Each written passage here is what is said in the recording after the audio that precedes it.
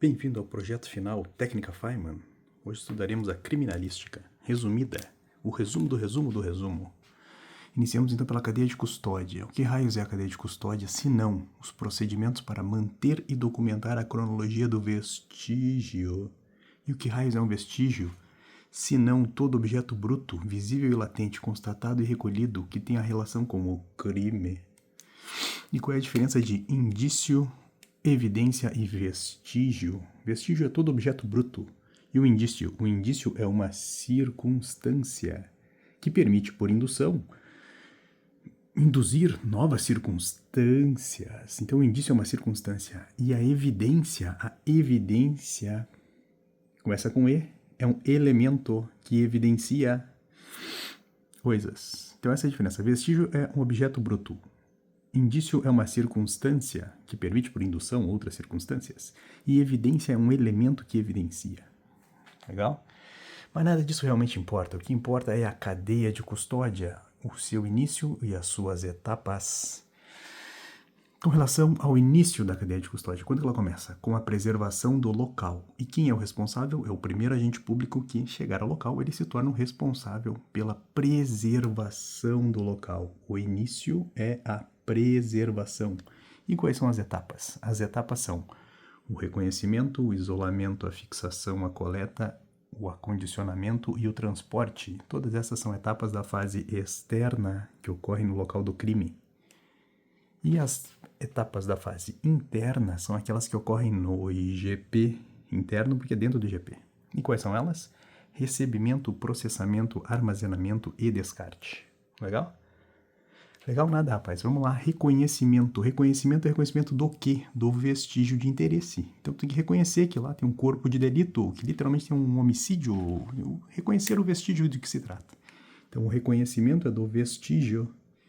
E o isolamento? O isolamento é do local. Você isola o local. É como se preservasse o local. Só que agora você vai isolar, vai botar aquela fita zebrada, a fim de evitar a alteração do estado das coisas. Quem faz isso? Quem é responsável por essas duas etapas iniciais? Reconhecimento e isolamento. Polícia Militar e Brigada Militar e Polícia Civil. Só que, digamos que esse isolamento não foi realizado, não foi bem feito, ou algo foi alterado, porque a alteração do estado das coisas ocorreu. Quem alterou? O que isso acarreta? Acarreta no artigo 4347 do CPP, crime de fraude processual, uma vez que é proibido a entrada e remoção de vestígio antes da liberação pelo perito. Perceba, tudo o que está acontecendo até este momento não tem a participação da perícia. Agora inicia a participação da perícia, com a fase da fixação. A fixação ela se correlaciona com o princípio da descrição, mas veremos no futuro o princípio. Voltando. A fixação basicamente é foto, filmagem, croquis e a descrição do local. Essa etapa é feita, então, pela perícia. É a primeira coisa que a perícia faz, inclusive, quando chega no local. E essa foto, é importante saber que a foto deve ser, por exemplo, do cadáver, deve ser feita na posição em que ele se encontra. Guarde isso na sua memória. A coleta é a próxima fase. Então, depois que você descreveu, fixou tudo, aí sim você pode coletar. E quem pode coletar? Preferencialmente por perito oficial, ou seja, não é exclusivo do perito oficial, porque na prática todo mundo ajuda ele a coletar. Mas o acondicionamento em envelope de custódia, isso sim é exclusivo do perito, uma vez que é ele que fecha a custódia. A custódia é dele, ele tem que assinar, tem que lacrar a custódia. Então perceba, a perícia em si ela faz a fixação, depois ela faz as coletas e depois ela condiciona no envelope de custódia. E depois temos o transporte desse vestígio até a fase interna, no IGP. Chegando no IGP, o que acontece? O recebimento. O recebimento é o quê? É a transferência formal da posse do vestígio. Ou seja, o envelope de custódia será recebido, será transferido formalmente para outro servidor. O processamento é a próxima etapa. O processamento basicamente é o exame pericial que será realizado neste vestígio que foi coletado lá no local do crime. Por fim, depois de termos realizado então esse exame pericial, por exemplo, no laboratório, O laboratório tem que realizar o armazenamento. O armazenamento é a guarda para contraprova e será feita na central de custódia. Inclusive, a central de custódia é um órgão, um departamento obrigatório em todas as perícias, todos os departamentos de perícia do Brasil. E por fim nós temos o descarte. O descarte também é uma etapa, perceba, é uma etapa também, só que esse descarte ele só poderá ocorrer mediante autorização judicial ou do delegado. E essas são as fases da cadeia de custódia. Continuando o estudo, que não acaba nunca, vamos então à identificação de vítimas e desastres em massa, conhecido como DVI. Com relação ao DVI, você tem que saber que existem casos abertos, fechados e mistos. Se o caso está aberto, ele está aberto por quê? Porque não tem registros, são os habitantes do local. Então, os casos fechados são o quê? São registros de identificação, ou seja, listas de passageiro ou listas de vítimas. São vítimas que são listadas, então o caso está fechado, eu já sei quem são. Os casos estão abertos quando eu não sei quem são. Basicamente essa é a lógica. E o misto é quando eu tenho esses dois grupos juntos. Por exemplo, a queda de um avião na cidade. Quem está dentro do avião é um caso fechado, temos o registro dele. E as pessoas que são vítimas da cidade em si, que o avião caiu em cima, seriam casos abertos, pois não tem registro, são vítimas desconhecidas. Legal, né? Só que não para por aí, nós temos agora que estudar todas as fases do DVI. Antes de iniciarmos o estudo das fases, tem uma coisa que chama o procedimento preliminar. Quem realiza esse procedimento preliminar é a polícia ou a defesa civil. Ele basicamente consiste no resgate dos sobreviventes, essa é a primeira prioridade. A segunda prioridade é a compreensão integral do evento e sua magnitude. E a terceira seria o levantamento de informações, com o objetivo de definir um controle e o trajeto para acesso seguro das autoridades, das equipes de resgate, né? E uma avaliação de risco e estabilidade da cena. Tudo isso irá compor um planejamento preliminar para o gerenciamento. Então, quando essa cena, quando esse local estiver com um grau de risco aceitável, inicia-se então os trabalhos no local. Mas os trabalhos só irão iniciar após o fim dos resgates. Por quê? Porque num desastre em massa, a prioridade é sempre resgate dos sobreviventes. Legal? Então tá, a cena está estabilizada, não temos mais nenhum sobrevivente para resgatar, podemos iniciar então os trabalhos. Os trabalhos iniciam-se com a fase 1. A fase 1 é o local do evento, ou o local do... que é o equivalente ao local do crime. O que fazia no local do crime? Fixação, coleta, condicionamento e transporte. O que vai ser feito a partir de agora? Vamos descobrir. Quem é que compõe a fase 1? A perícia. Perceba, antes nós tínhamos a polícia e a defesa civil. Agora inicia o trabalho da perícia. E somente após o fim dos resgates. O que vai ser feito pela perícia? A perícia vai fazer um mapeamento através de bandeiras e plaquetas. Vai fazer a busca de bens e de restos mortais. E essa busca ela será feita preferencialmente em linha ou em grade. E a grade também pode ser interpretada como uma busca em cruz ou um duplo zigue-zague.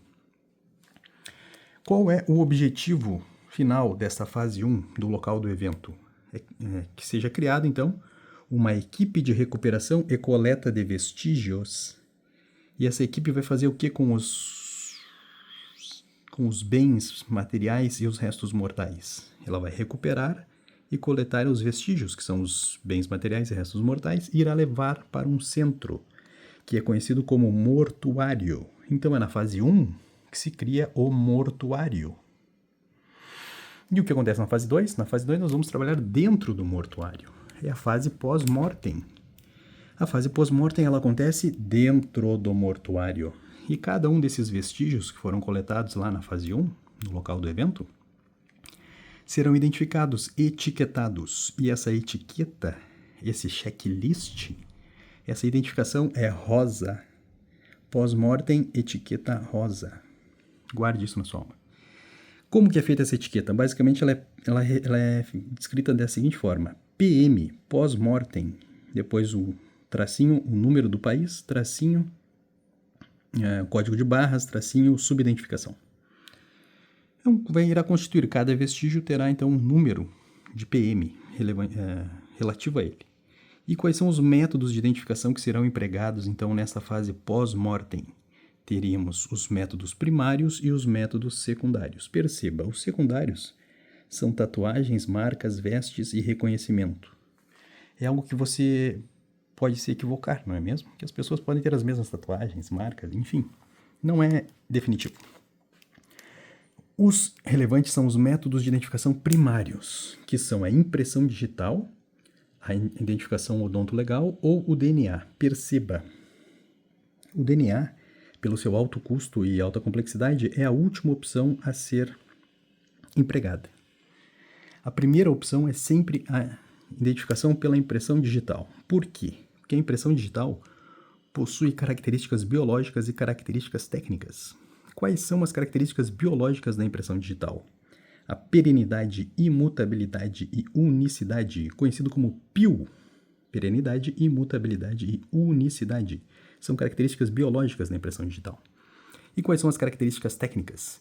As características técnicas são a praticabilidade e a classificabilidade. Então, basicamente isso que é feito na fase 2, na fase pós-mortem, dentro do mortuário. Cada um dos vestígios coletados, recuperados e coletados na fase 1 será então etiquetado, identificado, irá passar por um checklist, o checklist é rosa e a partir disso serão realizados métodos de identificação primários e secundários, principalmente os primários. Legal? E aí depois nós vamos começar então a fase 3. No que consiste a fase 3? A fase 3 é a fase antemortem. Perceba, tem uma M ali, ó, antemortem. Portanto, o checklist, as etiquetas, as informações pertinentes à fase 3 serão identificadas com uma etiqueta amarela e basicamente irão compor informações. Essas informações serão obtidas a partir de entrevistas, formulários, registros odontológicos ou documentos. O DNA será coletado dos parentes de primeiro grau. E nós vamos ter, então, a partir dessa fase 3, a obtenção das informações. Essas informações serão classificadas como tipo 1 ou tipo 2. As tipo 1 são informações que vêm de registros. E a informação do tipo 2 serão oriundas de não registros. O que quer dizer? Tipo 1 serão documentos, serão carteira de identidade, enfim, coisas registradas legalmente, informações registradas. A tipo 2 são os não registrados, ou seja, o veículo da pessoa, o celular, algum bem pessoal, uma escova de dentes, enfim, são materiais que dizem ser da pessoa, mas não estão registrados como ela.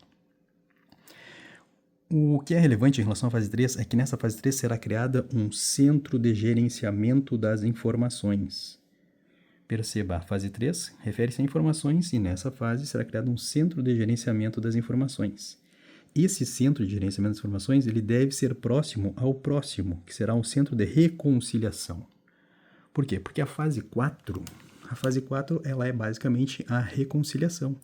Eu vou confrontar então as informações obtidas na fase PM, fase pós-mortem, com as informações obtidas na fase AM, antemortem, através de uma junta de identificação. Essa junta de identificação, o objetivo dela é promover a confirmação e a revisão das informações. Os resultados obtidos a partir das análises dessa junta de identificação serão identidade confirmada ou uma identidade possível. Quando a identidade é possível, serão necessários mais elementos. Por exemplo, se foi usado apenas um método secundário para identificação, lá na fase 2, na fase PM, serão necessários mais elementos para essa identificação. Por isso, essa identificação ela é possível, mas não está confirmada. Ou nós poderemos ter identidades rejeitadas. São os 3 possíveis resultados obtidos na fase 4, fase de reconciliação. A reconciliação é das informações com os vestígios, não tem nada a ver com a família. Esqueça a família. A família pode ter morrido, inclusive. E como que é feito, então, esse confronto das informações? Majoritariamente através de sistemas, de softwares, de banco de dados, do banco de perfil genético ou do AFIS, com relação às impressões digitais. Perceba a informação. Este centro de reconciliação ele deve estar próximo ao centro de gerenciamento de informações. Por quê? Porque esse aqui ele é estático. O PM, o mortuário é estático. As informações estão lá, foram passadas todas para o sistema. o sistema então irá fazer o cruzamento dessas duas fontes de informação. Por fim, então, nós temos aqui as 4 fases do DVI. Por fim, a fase 5. A fase 5 é aquela que prevê a revisão e a preparação para melhorias no processo para os próximos eventos. Pressupõe-se que desastres em massa irão acontecer. Então, de tudo isso, o que foi aprendido em todas essas fases, elas deverão ser revisadas para uma nova preparação. Em relação à teoria do local de crime, o artigo 6º do Código Penal diz que o local de crime nada mais é do que o local dos atos executórios e da consumação. Então, isso que é o local do crime. O local dos atos executórios ou o ato da consumação. Isso pressupõe a teoria da ubiquidade. Isso segundo o Código Penal, né? Mas aí temos vários historiadores, vários criminalistas com o tempo, que aí cada um quis dar a sua definição. Como é que a gente vai saber o que cada um quis dizer? Basicamente, teremos que associar-nos, né? Heraldo Rabelo, com relação ao local de crime, é o único que fala em raio. Perceba, Heraldo Rabelo, tem um raio dentro do Rabelo, com relação ao local de crime. O Alberi Espíndola, com relação ao local de crime, é o único que fala em área. Guarde a área do Alberi.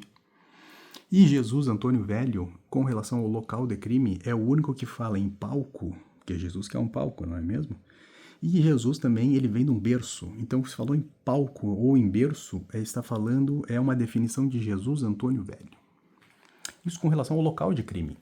Mas pode piorar muito, não é mesmo? Porque depois, então, foi criado lá o Hans Gross, foi quem cunhou o termo criminalística. E a partir de agora nós temos que estudar os conceitos de criminalística, que são: o conceito moderno de criminalística diz que a criminalística é uma ciência autônoma e interdisciplinar e empírica que faz análise dos vestígios materiais extrínsecos com finalidade de obtenção da autoria e da materialidade do crime, visando auxiliar a atividade policial e judiciária. Isso é o conceito moderno. Só que antes deles, então, para chegarmos nesse conceito moderno, diversos estudiosos criaram seus próprios conceitos, não é mesmo? Vamos apenas associá-los. Quem falou em ciência? Quem chegou mais perto da modernidade?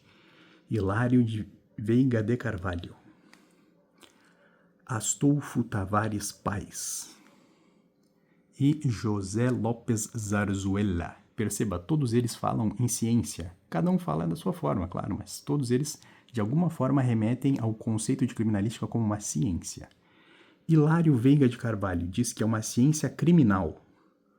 Astolfo Tavares Pais diz que é qualquer ciência ou técnica, já é mais abrangente. E José Zarzuela, ele fala que é um conjunto de conhecimentos científico, técnicos e artísticos. Perceba, é como se o conhecimento ele fosse sendo construído. Ele inicia ali no científico-técnico, ele passa tão somente e é artístico, né? O Zarzuela é artístico. Quando ele chega no Pais, o Pais ele se restringe tão somente à ciência ou técnica. Ele ignora o artístico. E por fim, o Hilário, ele fica tão somente na ciência, focando na área criminal. Então é assim que nós vamos associar os tipos de conceitos de criminalística com cada um dos autores. Então, voltando, o Hilário Veiga de Carvalho, ele fala que é uma ciência criminal. E aí ele não cita lá que ela é autônoma, indisciplinar ou empírica. Ele fala tão somente que são estudos técnicos científicos. Perceba outra diferenciação. Tanto ele quanto o Astolfo Pais falam em indícios. Nenhum deles fala em vestígios, que é o conceito moderno. Todos eles falam em indícios. Você lembra o que era indício? O indício é uma circunstância que permite, por indução, induzir a identificação de outras circunstâncias. Então, todos esses iniciais, eles falam em indução, em indícios. Com a finalidade de o Hilário Veiga de Carvalho, ele fala da autoria e da materialidade e fala, então, da questão de ser auxiliar da atividade policial e judiciária. Enquanto que o Astolfo Tavares Pais, ele se restringe, então, ele não fala de estudos técnico-científicos, ele fala de pesquisa e interpretação. É, de certa forma, similar, não é mesmo? E com relação ali aos indícios, ele cita que são indícios evidentes ou hipotéticos. Ele não fala de autoria e materialidade, mas ele fala de identidade. É muito próximo. E o Zarzuela, ele também traz a questão da interpretação, assim como o Pais, só que ele cita a descrição e a apreciação. E essa apreciação, para o Zarzuela, serão de elementos materiais presumível e evidentes, com interesse jurídico. Então, basicamente, estes são os três iniciais que temos que diferenciá-los entre eles. Perceba, todos falam em indícios. Quem é o primeiro que fala em vestígios? Na ordem, possivelmente cronológica, é o Emílio Frederico Pablo Bonet. Ele cita, então, não a criminalística como uma criminalística policial, similar ao Hilário, que fala que é uma ciência criminal. Para o Bonet, a criminalística ela é policial. É o primeiro que cita vestígios e também cita a questão da finalidade como identificação da identidade. E perceba, assim como Bonet, o Heraldo Rabelo, lembra do Heraldo Rabelo, do raio? No local de crime, o Heraldo Rabelo é aquele que fala em raio. Com relação à criminalística, o Heraldo Rabelo, ele também irá finalmente adotar a terminologia de vestígio, assim como o Bonet. Só que ele define agora não mais como uma ciência para o Rabelo, e você vai perceber que para o José del Picchia, ambos dizem que não é uma ciência, é uma disciplina. Então é uma parte da ciência. Para o Heraldo Rabelo, então, é uma disciplina autônoma, se aproxima bastante do conceito atual, do conceito moderno. Só que não é mais uma ciência, é uma disciplina autônoma de vestígios, que busca ser auxiliar e informativa da justiça. Perceba, o Heraldo Rabelo, ele é muito, muito, muito próximo do conceito moderno. Ele só não considera a criminalística como ciência, e sim como uma disciplina. E o José del Picchia, similar ao Heraldo Rabelo, provavelmente devem ter sido conterrâneos, ou no mesmo tempo ali, né? Devem ter existido. Ele também considera como disciplina, só que ele não fala que ela é autônoma, ele fala que é o reconhecimento e interpretação dos indícios materiais extrínsecos do crime e da identidade. Então perceba a diferença do Heraldo para o José del Picchia. Ambos dizem que é disciplina, mas um diz que é vestígio, que é o Rabelo. O Rabelo é mais moderno, enquanto que o José del Picchia ele ainda está preso a conceitos antigos, atrasados, de indícios. Mas perceba, todos são materiais extrínsecos, nunca intrínsecos. E por fim, lá nos primórdios, quando tudo era mato, nós tínhamos o Gilberto Porto. O Gilberto Porto considerava um sistema. A criminalística para o Gilberto Porto é tão somente um sistema que visa interpretar indícios com finalidades de aqueles que têm correlação com delitos. Por fim, o criador, o fundador, a pedra fundamental da criminalística, quem cunhou o termo criminalística, Hans Gross. Para Hans Gross, a criminalística era tão somente um estudo da fenomenologia, do fenômeno, com relação ao crime e aos métodos para a investigação. Estas são as definições conceituais de criminalística conforme os autores. Interprete-as e faça correlações entre eles, para que você possa lembrar. Por fim, nós teremos então os postulados da criminalística. A criminalística, ela independe, o resultado da perícia, na verdade, independe de quem faz, independe do método e independe do tempo. Então, são 3 independências. E os postulados? Agora temos os postulados. A criminalística, os princípios da criminalística, na verdade, ela é doida, perceba. O princípio da descrição é referente ao resultado e é constante no tempo. Falou em tempo, você vai lembrar diretamente da descrição. Por quê? Porque o que você descrever, ele deve ser constante no tempo. E essa sua descrição ela deverá ser em linguagem ética e jurídica perfeita, de modo que não importe o tempo que transcorra, o que estiver escrito deve ser constante. A verdade observada não muda. Com relação ao princípio da observação, esse aqui é o mais fácil de todos, porque você sempre irá lembrar da troca de locar. Todo contato deixa uma marca. Então, locar, observação. Locar, observação. Fácil, não? O princípio da interpretação, perceba, interpretação, Kirk. Também conhecido como princípio da individualidade de Kirk. Ele vai dizer que corpos semelhantes nunca serão iguais, nunca serão idênticos. Eles podem ser tão somente semelhantes, mas nunca iguais e nem idênticos. Então perceba, é um I de interpretação, individualidade e Kirk. E é um I de nunca iguais e nunca idênticos. Decore isso. Por fim, a documentação, o princípio da documentação refere-se tão somente à cadeia de custódia. São todas essas etapas aqui, que compreendem todas essas etapas. A documentação, que basicamente são os procedimentos para manter e documentar a cronologia do vestígio. E por fim, o último princípio, o princípio da análise. A análise refere-se ao método científico. Tudo que você faz, a forma como você faz, deve obedecer ao método científico. E este, portanto, foi um resumo final de toda a criminalística, ou aquilo que é mais relevante. Boa sorte!